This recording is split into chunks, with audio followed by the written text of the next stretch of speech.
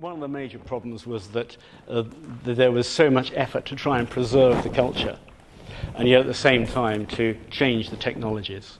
And clearly that isn't an easily achievable task. So my suggestions were that there should be sort of the only way to do that is to actually adjust the culture. You know, you're really trying to create something totally new. You've got the traditional world and you've got the modern. If you join them together, you end up with something different. And you may just bang your head against the wall trying to preserve, trying to join both together. But that was one of the fundamentals I looked at. Yeah.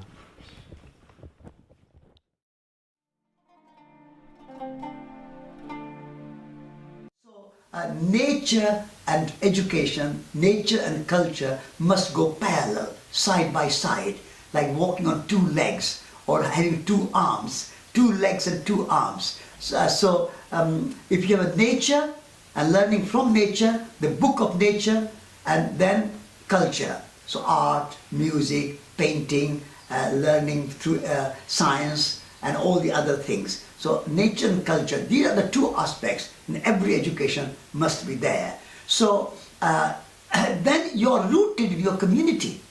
In your education you are rooted, your roots are in your community, in your local culture, local language, local music, local lore, local stories.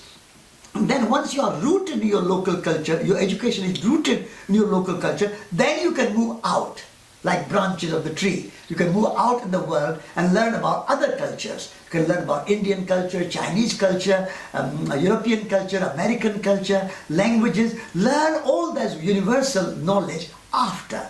This like branching out as a tree. But if the roots are not deep in your own culture, in your own community, in your own family, in your own village and town, in your own land where you are born, if your roots are not there, then your branches will fall down.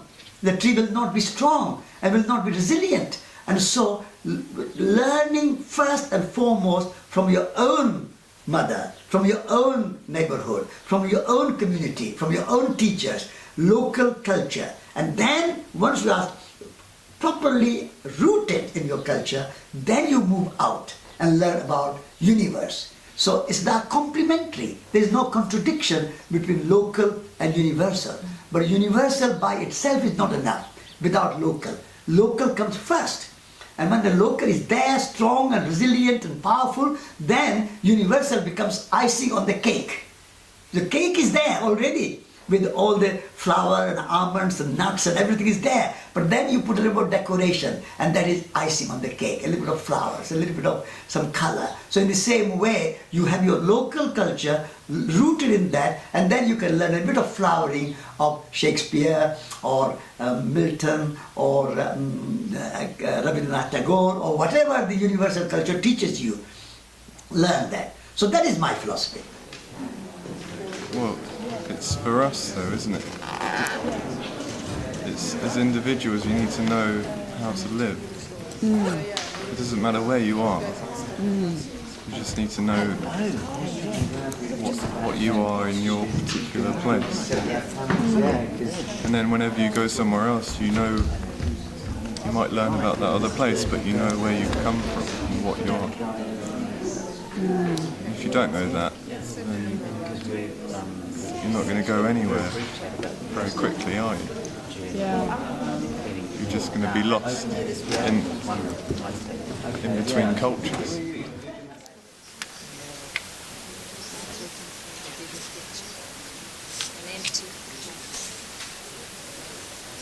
Maybe it's an expression of how was learning for me.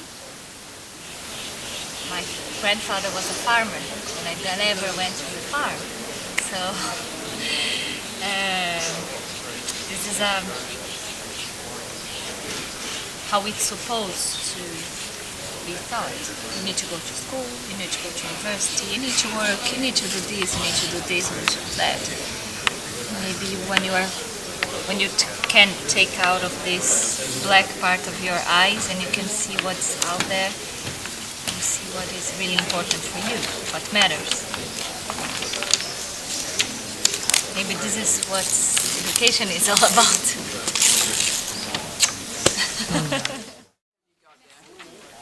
This is zipping up our culture with schooling. The zips from all the culture, wisdom and the qualities of life and happiness with a system defined by school, promoting monocultures and GDP and money, a standard of living where GDP is predominant. Mind opening. I mean, they're thoughts I've thought, but not to that depth. Everything that we saw in this movie, talking about education, can be applied to economics, politics, healthcare, financial system, banking system, the environment. Human beings are doing this to each other in every way. It's not just education. And the cause, I think I know what the cause, it might sound arrogant, but I think I know what the cause of the problem is. It's abuse. We abuse each other, you know, and we are desensitized to abuse, so that we don't even know it. Drugače je danes v šoli, ne? Mislim, jaz učim v osnovni šoli. Sistem je tisti, ki nas učitelje, če tudi bi želeli biti bolj drugačni, kot zmoremo biti, zelo omejuje. Zadnja leta čutim, da sem omejena strani staršev, pritiski, ker oni želijo samo 5 in 4, Bog ne daje, da ti poskušaš kaj drugega.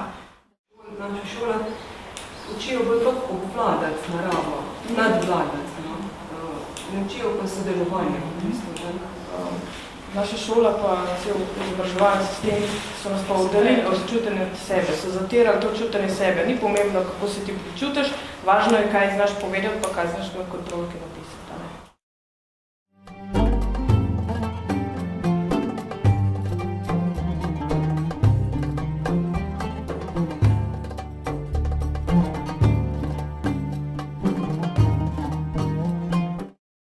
The most important example for me, which has inspired me, is the school started by Rabindrant Tagore in India. And there he held classes under the trees. And he said to his pupils that you have 2 teachers. One, myself, your human teacher. I can give you some knowledge, some ideas. But your other teacher, which is the greater teacher than myself, is the tree. The tree is your true teacher. Learn from the tree how tree lives and how it survives and how it has come out of a seed. The whole tree has come out of that one little tiny seed. So every child is a potential tree. Let that child become the tree, self-realized and self-manifest.